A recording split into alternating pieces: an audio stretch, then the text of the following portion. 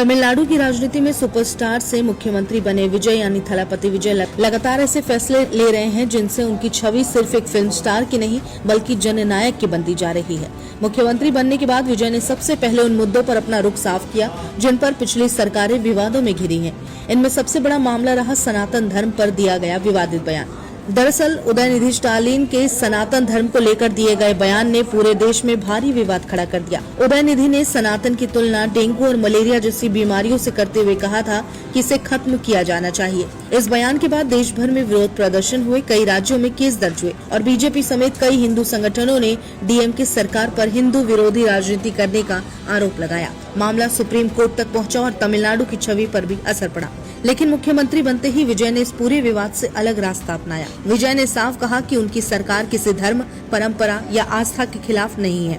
उन्होंने सबका सम्मान, सबका अधिकार की नीति पर जोर दिया और प्रशासन को निर्देश दिया कि धार्मिक आयोजनों, मंदिर और सांस्कृतिक परंपराओं को लेकर सरकार का रवैया सहयोगात्मक होना चाहिए। विजय ने कई मंदिरों के पुनः निर्माण प्रोजेक्ट, तीर्थ पर्यटन और सांस्कृतिक उत्सवों को सरकारी समर्थन देकर ये संदेश देने की कोशिश की कि उनकी सरकार टकराव नहीं, संतुलन की राजनीति करेगी।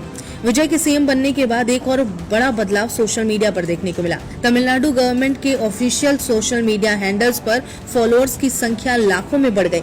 वजह साफ थी, विजय की जबरदस्त फैन फॉलोइंग। पहले जहां सरकारी पोस्ट को सीमित पहुंच मिलती थी, वहीं अब मुख्यमंत्री कार्यालय के वीडियो, योजनाओं की घोषणाएं और सरकारी अपडेट्स करोड़ों व्यूज तक पहुंचने लगे हैं। राजनीतिक विशेषज्ञों का कहना है कि विजय ने अपने स्टारडम को सीधे गवर्नेंस बॉन्डिंग में बदल दिया। जनता के बीच विजय की लोकप्रियता सिर्फ इमेज तक सीमित नहीं रही।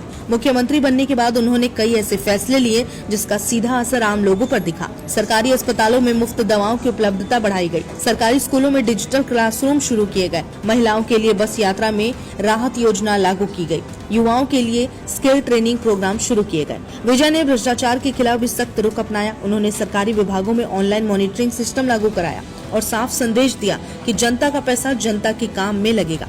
यही वजह है कि उनके समर्थक उन्हें सिर्फ थलापति नहीं बल्कि पीपल्स सीएम कहने लगे हैं। ग्रामीण इलाकों में भी विजय सरकार ने तेजी से काम शुरू किया।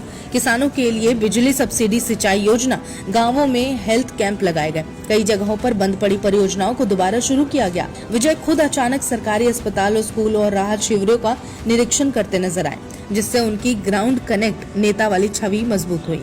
राजनीतिक जानकार मानते हैं कि विजय ने तमिलनाडु की राजनीति में स्टार पावर को पब्लिक सर्विस से जोड़ने की कोशिश की। यही कारण है कि उनकी हर गतिविधि सोशल मीडिया पर वायरल हो रही है और युवा वर्ग तेजी से उनके साथ जुड़ता दिख रहा है। अब सवाल ये है कि क्या विजय अपनी इसी लोकप्रियता को लंबे समय तक राजनीतिक भरोसे में बदल पाएंगे या फिर ये करिश्मा सिर्फ शुरुआती उत्साह तक सीमित रहे।